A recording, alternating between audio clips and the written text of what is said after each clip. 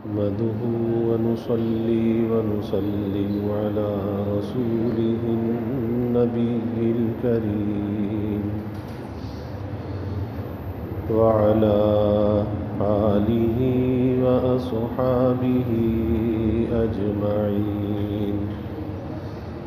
اللهم صل على سيدنا ومولانا محمد وعلى آل سيدنا ومولانا محمد وبارك وسلم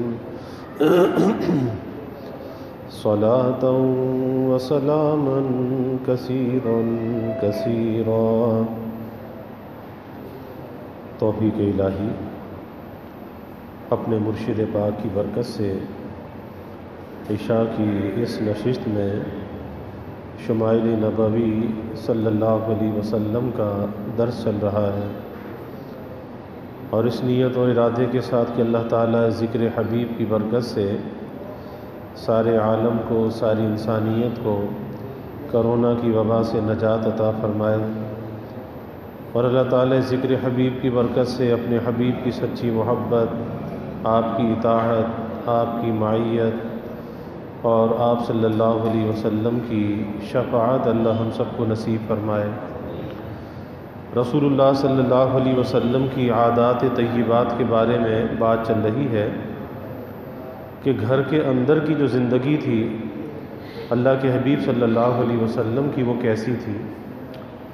آپ صلی اللہ علیہ وسلم نے اپنے گھر کے اندر کا جو وقت تھا اس وقت کو 3 حصوں میں تقسیم کر رکھا تھا. اس ایک حصے کو آپ اپنے گھر والوں کے ساتھ ان کی دلجوئی میں، ان کے کاموں میں خرچ فرماتے تھے. ایک حصہ اپنے آرام کے لیے ہوتا تھا اور ایک حصہ خالص اللہ تعالیٰ کی عبادت کے لیے. اس طرح اپنے وقت کو 3 حصوں میں آپ تقسیم فرماتے تھے. پھر وہ حصہ جو آپ کے خاص آرام کا ہوتا تھا اس میں بھی کبھی ایسا ہوتا کہ خاص صحابہ یا وہ صحابہ جو صفہ پر رہتے تھے، یعنی آپ کے گھر کے باہر جو چبوترا تھا، صفہ کا چبوترا آج بھی موجود ہے، تو وہاں پر وہ صحابہ آپ سے دین سیکھنے کے لیے پڑے رہتے تھے، اور ان کی زندگی متوکلانہ زندگی تھی. نہ کوئی ذریعہ آمدن تھا، کچھ آ گیا آپ کی خدمت میں آپ نے کھلا دیا، اور کچھ نہ آیا تو فاقے بھی کیے، لیکن آپ کے در دولت پر وہ صحابہ ہر وقت موجود رہتے تھے. تو اپنے اس خاص وقت کا کچھ حصہ اگر کوئی صحابی آ جاتے، آپ صلی اللہ علیہ وسلم وہ وقت بھی ان پہ خرچ فرما دیتے. اس طرح سے 3 حصوں میں اپنے وقت کو خرچ فرماتے تھے. یہاں سے ہی پتہ یہ چلا کہ اپنے کاموں کو انجام دینے کے لیے اپنے وقت کی تقسیم کا کوئی نظام ہونا چاہیے. آپ صلی اللہ علیہ وسلم کی اس تقسیم سے ہمیں یہ سبق ملتا ہے کہ اگر ہم اپنے اوقات کو تقسیم نہیں کریں گے اور اپنے کاموں کو الگ الگ کر کے کسی وقت کا پابند نہیں کریں گے تو پھر ہمارے وقت کی برکت ختم ہو جائے گی. آج یہی ہوتا ہے کہ ایک آدمی کام کرنا چاہتا ہے لیکن کام ہوتا نہیں ہے. دن گزرتے ہیں، ہفتے گزرتے ہیں، مہینے گزرتے ہیں، کبھی ایسا ہوتا ہے کہ سالوں گزر گئے لیکن کام نہیں ہوتے. تو اس کی وجہ یہی ہوتی ہے کہ ہم نے اپنی زندگی کا کوئی نظام الاوقات نہیں بنایا کہ کس کام کو ہم نے کس وقت پر انجام دینا ہے. یہی وجہ ہے کہ جب ہم ٹال مٹول سے اچھا صبح کریں گے، شام کریں گے، ابھی کریں گے، گھنٹے کے بعد کریں گے، تو جب یہ کیفیت ہے ٹال مٹول کی تو پھر وقت کی جو برکت ہے وہ انسان کے ہاتھ سے، قابو سے نکل جاتی ہے. پھر اس کے اوقات بے برکتی کا شکار ہو جاتے ہیں. اس لیے اپنی زندگی کے اندر اس وقت کی برکت کو واپس لانے کے لیے ہمیں وہ طریقہ اپنانا چاہیے جو اللہ کے حبیب صلی اللہ علیہ وسلم نے اپنایا، کہ جس میں اپنے آرام کا بھی وقت ہو، اپنی عبادت کا وقت بھی ہو اور اپنے کام کا وقت بھی ہو. اور یہی ایک آدمی کی ضروریات ہیں کہ جس میں اپنے کام کو بھی دیکھے، اپنے گھر والوں کو دیکھے، اپنے آرام کو، اپنی عبادات کو. اور آج ہوتا کیا ہے؟ آج سب سے زیادہ جو نقصان ہے وہ اس موبائل فون سے ہے۔ وقت کا پتہ ہی نہیں چلتا۔ یہ وقت کا ایسا ڈاکو ہے کہ لوگ گھنٹوں اس کے اندر برباد کر دیتے ہیں، ساری رات فیس بک پر لگے رہتے ہیں، وقت بھی برباد، صحت بھی برباد، صلاحیتیں بھی برباد، توانائیاں بھی برباد۔ اب اتنی توانائیاں وقت خرچ کرنے کے بعد، برباد کرنے کے بعد، کیونکہ موبائل اگر چلا رہا ہے اس کی توانائیاں استعمال میں آ رہی ہیں، اس کی ذہنی، فکری، جسمانی صلاحیتیں قوتیں استعمال میں آ رہی ہیں۔ یہ نہیں کہ آرام سے گھر میں بیٹھا ہے، نہیں، اس کی صلاحیتیں تو کام میں آ رہی ہیں نا۔ اب ایسا آدمی جس نے اپنی صلاحیتوں کو ایسے فضول کام کے اندر خرچ کر دیا، اب وہ کیا تجارت کرنے کے قابل ہوگا؟ وہ ملازمت کے قابل ہوگا؟ اپنی ذمہ داریوں کو ادا کر سکے گا؟ کبھی بھی ایسا نہیں ہوگا۔ یہی وجہ ہے کہ آج یہ موبائل فون ہماری جو نوجوان نسل ہے اس کی صلاحیتوں کو دیمک کی طرح سے چاٹ رہا ہے، دیمک کی طرح سے کھا رہا ہے۔ دیکھنے میں اچھا بھلا جوان ہے، لیکن باپ کہتے بیٹا کوئی کام تو کر دے، کہتے نہیں کام میں نہیں کرتا، مجھ سے نہیں ہوتا۔ باپ کا کہنا بوجھ لگتا ہے، مشکل نظر آتی ہے۔ کیوں؟ کہ اتنی اپنی توانائی کو ایسی چیزوں کے اندر خرچ کر دیا، ایسا ذہنی انتشار اندر موجود ہے، تو پھر وہ کہاں اس کا دل چاہے گا کہ ماں کا کہنا مانوں یا باپ کا کہنا مانوں یا کوئی کام میں کر کے دے دوں؟ نہیں، اس کی ذہنی صلاحیتیں وہیں پر اٹکی ہوئی ہیں، اسی موبائل کے اندر پھنسی ہوئی ہیں۔ اس چیز سے ہمیں باہر نکلنا چاہیے۔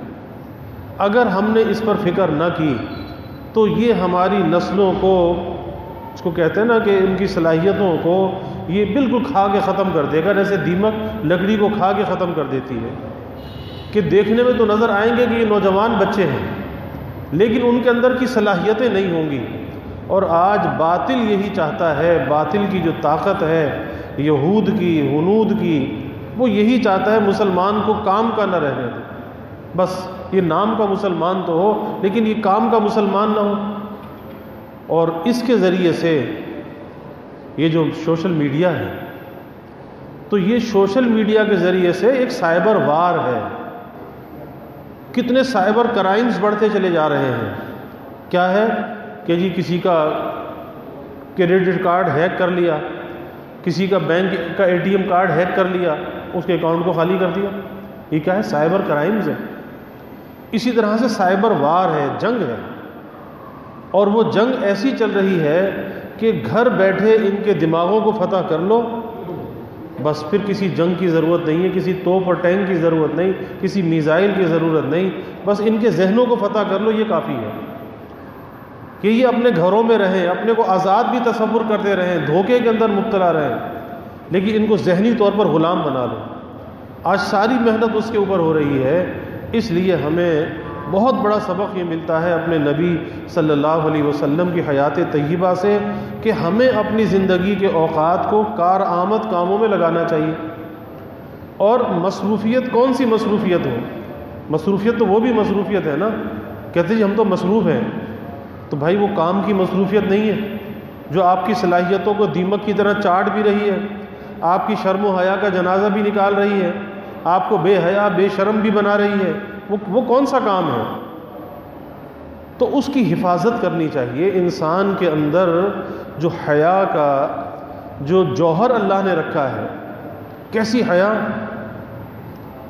ام المومنین حضرت عائشہ صدیقہ رضی اللہ عنہ فرماتی ہیں، اور صحابہ بھی فرماتے ہیں کہ حضور صلی اللہ علیہ وسلم کے اندر اتنی حیا تھی کہ جیسے کنواری لڑکی پردے کی حالت میں، کنوارے پن میں پردے کی حالت میں باحیا ہوتی ہے، اس سے زیادہ بڑھ کر آپ صلی اللہ علیہ وسلم حیا والے تھے۔ تو یہ جوہر ہے، اور آج اس حیا کے جوہر کو اس سوشل میڈیا کی بھینٹ چڑھایا جا رہا ہے۔ اس حیا کی یہ قیمت وصول کی جا رہی ہے کہ اپنے کو بے حیا بنایا جا رہا ہے، بے شرم بنایا جا رہا ہے۔ اور یہی نوجوان بچے اور بچیوں کی بھی یہ کیفیت ہے کہ ماں باپ، افسوس کے ساتھ کہنا پڑتا ہے کہ ماں باپ نگرانی نہیں کرتے کہ اس موبائل کا استعمال کیسے ہے۔ یہ کمرے بند کر کے موبائل کا استعمال کیوں کرتی ہے؟ یہ بستروں میں موبائل لے کے کیوں سوتی ہے؟ ارے بھائی دیکھنا تو چاہیے، نگرانی ہونی چاہیے۔ پھر اس موبائل پر پاس ورڈ نہیں ہونا چاہیے، نہ ماں باپ کے موبائل پر کوئی پاس ورڈ ہو، نہ اولاد کے موبائل پر ہو۔ جب مرضی جو مرضی اٹھا کے دیکھ لے، کھول لے۔ بھئی پاس ورڈ تو وہی لگائے گا نا جو چوری کرے گا، جو غلط استعمال کرے گا۔ تو نہ ماں باپ کے موبائل پر پاس ورڈ ہونا چاہیے، نہ اولاد کے موبائل پہ ہونا چاہیے، کھلی ہوئی کتاب کی طرح ہو، جو مرضی دیکھ لے۔ اس طرح سے آزادی نہیں دینی چاہیے۔ اس آزادی کی کبھی کبھی ایسا، اور اب تو اکثر واقعات ہو رہے ہیں کہ اس آزادی کی ماں باپ کو بہت بڑی قیمت چکانی پڑتی ہے۔ اتنی بڑی قیمت چکانی پڑتی ہے کہ آدمی تصور نہیں کر سکتا کہ ساری زندگی کی عزت اور آبرو خاک میں مل جاتی ہے۔ اتنی بڑی قیمت چکانی پڑتی ہے، اس لیے ڈرنے کا مقام ہے۔ اسے کھیل نہیں سمجھنا چاہیے یا کسی تفریح کا ذریعہ نہیں سمجھنا چاہیے، یہ تو نسلوں کو برباد کرنے والی چیز ہے۔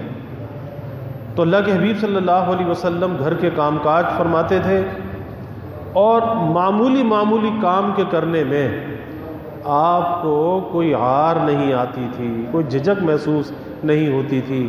آج ہمیں چھوٹے چھوٹے کام کرتے ہوئے جھجک محسوس ہوتی ہے کہ بھئی گھر کے باہر اگر جھاڑو لگاتی تو کون سی شرم کی بات ہے، لیکن کہتے باہر کیسے جھاڑو لگائیں، جبکہ اپنے گھر کے باہر کا حصہ صاف رکھنا یہ اسلام کی تعلیم ہے۔ اب سمجھتے ہیں کہ بھنگی آئے گا تو لگا دے گا، ہمیں کیا ضرورت ہے۔ اور اللہ کے حبیب صلی اللہ علیہ وسلم نے ایک بات فرمائی، آپ نے فرمایا کہ تم اپنے گھر کے باہر کے حصوں کو صاف رکھو، یہود کی طرح اپنے گھر کے باہر کے حصوں کو گندا نہ رکھو۔ تو پتہ یہ چلا کہ آج سے 1400 سال پہلے آپ یہ بات فرما رہے ہیں، تو یہ یہود کی پہچان تھی کہ ان کے گھروں کے باہر کے حصے گندے ہوتے تھے۔ تو آپ نے مسلمانوں کو تعلیم دی کہ تم ایسے مت بنو۔ اور آج کیا ہوا؟ آج ہماری جو تعلیم تھی ہمارے نبی کی، وہ تو انہوں نے لے لی۔ آج ان کے ملکوں میں جاؤ، ان کے محلے بستیوں میں جاؤ، صاف ستھرے چمکتے ہوئے نظر آتے ہیں۔ ایک نظام ہے زندگی کے اندر، ایک توازن ہے کہ کوئی آدمی کسی چیز کو باہر نہیں پھینکتا۔ یہاں تو یہ ٹیشو پیپر سے ہاتھ صاف کیا، اٹھا کے پھینک دیا، پان کھایا، پان کی پی کے سڑک پہ پھینک دی۔ وہاں کہیں آپ کو یہ نظر نہیں آتا، کیونکہ زندگی کے کچھ اصول اور ضابطے ہیں، اور وہ ضابطے اور اصول انہوں نے اسلام سے لیے ہیں، ان کے گھر کی چیز نہیں ہے، اسلام سے لیے ہیں۔ اور جب وہ چیز اسلام سے لے کر انہوں نے استعمال کی، آج اس کے فوائد ان کے ملکوں میں، ان کے محلوں میں، ان کی زندگیوں میں اس کے فوائد نظر آتے ہیں، کیونکہ اسلام کی تعلیمات ہے نا۔ جو بھی اس پہ عمل کر لے گا اسے فائدہ ہوگا۔ لیکن ایمان والا بندہ جب عمل کرے گا، اسے دنیا کا فائدہ بھی ہوگا، آخرت کا فائدہ بھی ہوگا۔ کافر کو دنیا کا فائدہ تو مل جائے گا، لیکن آخرت کا فائدہ نہیں ملے گا۔ تو اس لیے اپنے گھر کے باہر اگر کوئی جھاڑو لگا دے، بھئی کون سی شرم کی بات ہے، لیکن نہیں لگاتے۔ بلکہ اور اس سے بڑھ کر گری ہوئی حرکت کیا ہوتی ہے کہ دانستہ طور پر اپنے گھروں کے باہر کے حصوں کو گندا رکھتے ہیں، کہ گھر سے کچرا اٹھایا اوپر سے پھینک دیا۔ بھئی کہیں کچرے کی جگہ ہوتی ہے وہاں رکھ دو، کو بھنگی کے آنے کا وقت مقرر ہے اس سے پہلے رکھ دو، وہ اٹھا کر لے جائے۔ ایک شاپر کے اندر ڈال کے رکھو، ڈسٹ بن کے بیگ آتے ہیں پلاسٹک کے بیگ، اس کے اندر ڈال کے رکھو، وہ اٹھا کے لے جائے۔ لیکن نہیں، صاف نہیں رکھنا، اپنے گھر کے آگے گندا رکھنا ہے۔ اور اسلام نے صفائی کو کتنا اہم قرار دیا۔ اسلام نے صفائی کو نصف ایمان قرار دیا کہ یہ صفائی جو ہے یہ نصف ایمان ہے، یعنی آدھے ایمان کے برابر یہ صفائی ہے، جسے ہم سمجھتے ہیں کہ شاید یہ ہماری ضرورت کی چیز نہیں ہے۔ تو اپنے گھر کے حصے کو باہر صاف رکھنا یہ بھی ہمارے نبی صلی اللہ علیہ وسلم کی تعلیم ہے۔ تو یہ تعلیمات ہمیں یاد کیوں نہیں رہتی، اس پر ہم عمل کیوں نہیں کرتے؟ تو آپ کی یہ کیفیت تھی کہ معمولی سے معمولی کام آپ صلی اللہ علیہ وسلم اسے انجام دینے میں کوئی عار محسوس نہیں کرتے تھے، شرم محسوس نہیں کرتے تھے، معمولی سے معمولی کام کر لیتے تھے۔ مثلا بکریوں کا دودھ دھو لینا، جانوروں کو چارہ ڈال دینا، کپڑے یا ڈول میں پیبند لگا لینا، کپڑے کو دھو لینا اور جوتا سی لینا، اور خادم کے ساتھ مل کر آٹا پسوا لینا۔ چکیاں ہوتی تھی گھروں میں، ان چکیوں کے اندر آٹا پیسا جاتا تھا۔ اور یہ تو اب تھوڑے عرصے پہلے تک بھی یہاں پر یہ چیزیں تھی، گھروں میں چکیاں ہوتی تھی اور گھر کی عورتیں چکیوں میں آٹا پیس لیتی تھی۔ یہی وجہ ہے، نہ کوئی شوگر تھی، نہ کوئی بلڈ پریشر تھا، کچھ بھی نہیں تھا، کیونکہ صحت اچھی تھی، محنت اور مشقت تھی۔ اور آج تو ہر چیز ریڈی میڈ آ گئی، مسالے بھی ریڈی میڈ، بس کیا ہے کہ جی پیکٹ لے آؤ، پیکٹ۔ یہ نہیں پتا کہ وہ جب کسی چیز کو پیک کیا جاتا ہے تو اس کی ایکسپائری کو بڑھانے کے لیے، اس کی میعاد کو بڑھانے کے لیے اس میں کیمیکل شامل کیے جاتے ہیں، پریزرو ڈالے جاتے ہیں اس کو محفوظ کرنے کے لیے۔ اب اچھا بھلا اگر مسالہ خود پیس کر اپنے گھر میں تیار کر لیا جائے، تو پہلے بھی تو خواتین کرتی تھیں، اور سل پر پیس کر کھانا کتنا لذیذ بنتا تھا، تازہ تازہ ہر چیز سل پر کوٹی پیسی کھانا بنا لیا۔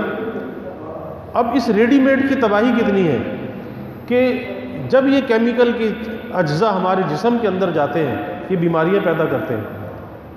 کہیں پر گردے فیل ہے، کہیں پہ جگر کی بیماریاں ہیں، کہیں پر بلڈ پریشر ہے، کینسر آج عام ہو گیا، اور اس کینسر کا سب سے بڑا سبب آج اس کیمیکل کا بڑھتا ہوا استعمال ہے جو ہم اپنی غذاؤں کے اندر استعمال کر رہے ہیں۔ سب سے بڑا سبب یہ ہے کہ فروٹ سبزی اس پہ اسپرے ہوتا ہے۔ اب اس کو کتنا دھونا چاہیے، کتنا دھو کر استعمال کرنا چاہیے، اتنی احتیاط کوئی نہیں ہوتی کہ ہر ایک نے آسان سا سودا دیکھ لیا کہ بھئی اس پہ اسپرے کر دو تاکہ جلدی یہ چیز خراب نہ ہو، سبزی ہے تو جلدی نہ مرجھائے۔ یہ نہیں پتا کہ اسپرے کی بربادی کتنی ہے۔ یہ اسپرے والی چیز جب انسان کھائے گا تو اس کی صحت کے اندر کتنی بربادی آئے گی، اور یہ بھی تو کینسر کا مرض بڑھتا چلا جا رہا ہے۔ اللہ تعالیٰ محفوظ رکھے۔ اس لیے غذا کے کھانے کے معاملے کے اندر جتنی سادہ غذا ہو اور جتنا احتیاط کے ساتھ اسے بنایا جائے اتنا ہی آدمی بیماریوں سے بچا رہ سکتا ہے۔ تو یہ ہمارے نبی صلی اللہ علیہ وسلم کی تعلیمات۔ اسی طرح آپ صلی اللہ علیہ وسلم بازار سے سودا سلف لانے میں کوئی عار محسوس نہیں کرتے تھے۔ بازار سے سودا سلف لے آتے تھے، اور ایسا بھی ہوتا تھا کہ اپنا کپڑا بچھایا، اس کپڑے میں بچھا کر سودا رکھا، اس سودے کو باندھ کر اٹھا کر لیا۔ تو یہ بھی آپ صلی اللہ علیہ وسلم کی سنت ہے کہ اپنا سودا اٹھا کر لے آنا۔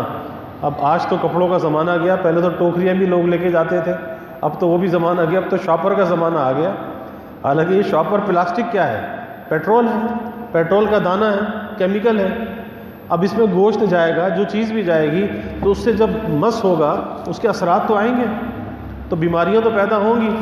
پہلے چٹائی کی ٹوکریاں ہوتی تھی، ایک بالکل دیسی چیز، اس پہ ٹوکریوں میں رکھ کے لاتے تھے، کسی کو نظر بھی نہیں آتا تھا کہ کیا چیز ہے، گوشت ہے، سبزی ہے، کیا ہے، پتہ بھی نہیں چلتا تھا۔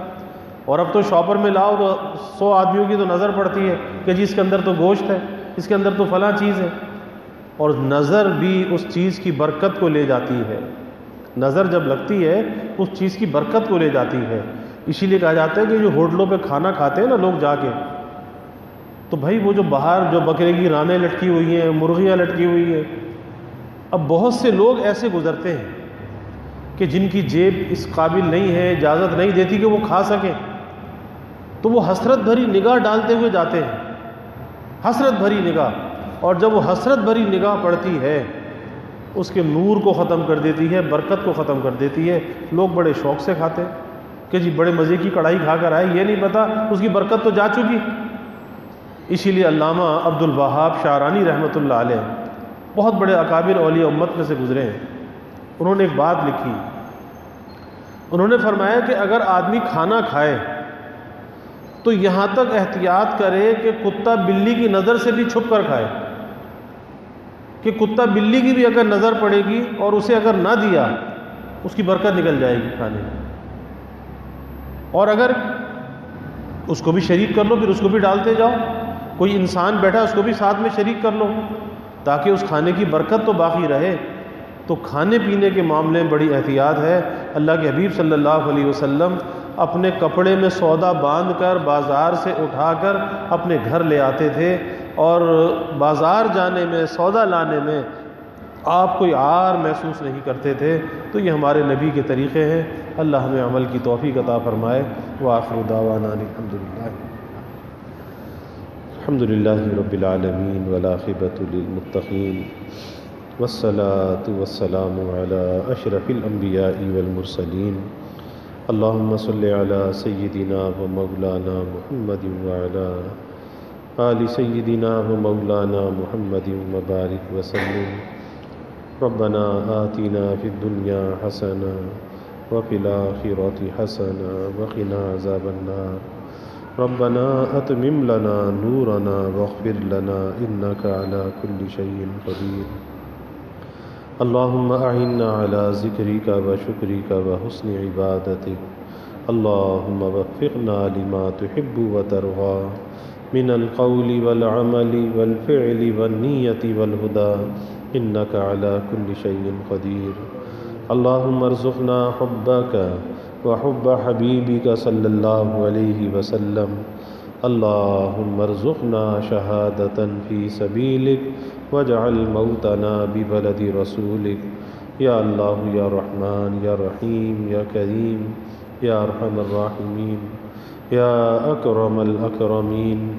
یا اللہ ہمارے گناہوں کو معاف فرما، یا اللہ ہماری خطایا سے درگزر فرما، یا اللہ اپنی محبت معرفت عطا فرما، اپنی رضا والی زندگی یا اللہ نصیب فرما، اپنے رضا والے کاموں کی یا اللہ توفیق عطا فرما، اپنی مرضیات پہ چلنا یا اللہ آسان فرما، نامرضیات سے یا اللہ ہماری حفاظت فرما، ذکر و فکر والی حیات طیبہ یا اللہ ہمیں نصیب فرما، یا اللہ ذکر حبیب کی کامل برکات نصیب فرما، ذکر حبیب کے انوار سے ہمارے قلوب کو منور فرما، اپنے نبی کی تعلیمات پہ چلنے والا بنا، آپ کے طریقوں کی محبت اور عظمت یا اللہ ہمارے دلوں میں پیدا فرما، یا اللہ صحابہ کی، خلفائے راشدین کی، اہل بیت کی محبت اور عظمت ہمارے دلوں میں پیدا فرما، ان کے نقش قدم پر یا اللہ ہمیں چلنے والا بنا، اپنے نبی کے ساتھ یا اللہ ہمیں وفا کا تعلق نصیب فرما، آپ کی غلامی میں جینے اور مرنے کی یا اللہ توفیق عطا فرما، یا اللہ ہمیں ختم نبوت کا ادنا سا سپاہی بنا اور ناموس رسالت کا، ناموس صحابہ کا یا اللہ ہمیں محافظ بنا، یا اللہ اس ذکر حبیب کی برکت سے سارے عالم کو، ساری انسانیت کو اس کرونا کی وبا سے نجات عطا فرما، یا اللہ اس کے متاثرین دنیا میں جہاں کہیں بھی ہیں، یا اللہ ہمارے ملک میں ہیں، گھروں میں، اسپتالوں میں، یا اللہ سب کو صحت کاملہ عاجلہ مستمر عطا فرما، یا اللہ اس وبا سے نجات عطا فرما، شفا کو نازل فرما، شفا کی ہوائیں چلا، یا اللہ سب کے دلوں کے نیک ارادوں کو، تمناؤں کو از غیب پورا فرما، سب کی حاجات کو یا اللہ پورا فرما، سب کی پریشانیوں کو یا اللہ دور فرما، بیماریوں سے یا اللہ حفاظت فرما، ہر ناگہانی بلا اور مصیبت سے یا اللہ حفاظت فرما،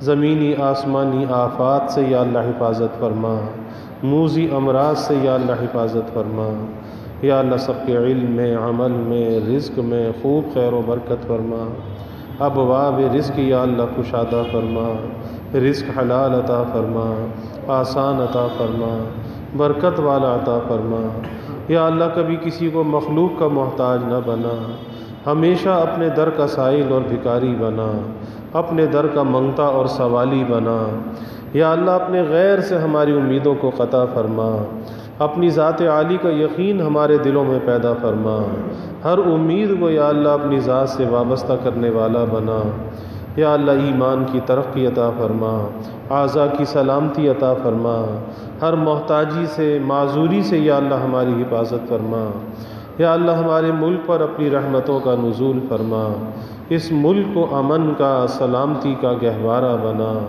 لوگوں کو راحت اور خوشیاں عطا فرما، ہر قسم کی دہشت گردیوں سے، فرقہ واریت سے، مذہبی منافرت سے یا اللہ اس ملک کی حفاظت فرما، اس ملک میں رہنے والوں کی حفاظت فرما، یا اللہ جتنے بھی حاضرین ہیں، سامعین ہیں، یا اللہ سب کے گھروں میں چین، سکون، عافیت، راحت عطا فرما، نعمتوں کی فراوانی عطا فرما، نعمتوں کی قلت اور دقت سے حفاظت فرما، گھروں کے ماحول کو یا اللہ جنت نشاں بنا، آپس میں محبتیں، الفتیں پیدا فرما، نفرت، عداوت کو یا اللہ دور فرما، سب کی اولادوں کو یا اللہ نیک بنا، آنکھوں کی ٹھنڈک بنا، والدین کے لیے صدقہ جاریہ بنا، راحت کا ذریعہ بنا، یا اللہ والدین کو اولاد کی خوشیاں دیکھنا نصیب فرما۔ یا اللہ جو ہم نے مانگا وہ بھی عطا فرما، جو نہ مانگ سکے وہ بھی عطا فرما۔ یا اللہ ہمیشہ اپنے سے مانگنے والا بنا، ہمیشہ ہماری دعاؤں کو قبول فرما، اپنی بارگاہ میں مستجاب الدعوات بنا۔ ربنا تقبل منا انک انت السمیع العلیم وتب علینا انک انت التواب الرحیم وجزا اللہ عنا محمدا صلی اللہ علیہ وسلم ما هو اہلہ وصلی اللہ تعالی وسلم علی النبی الکریم آمین برحمتہ۔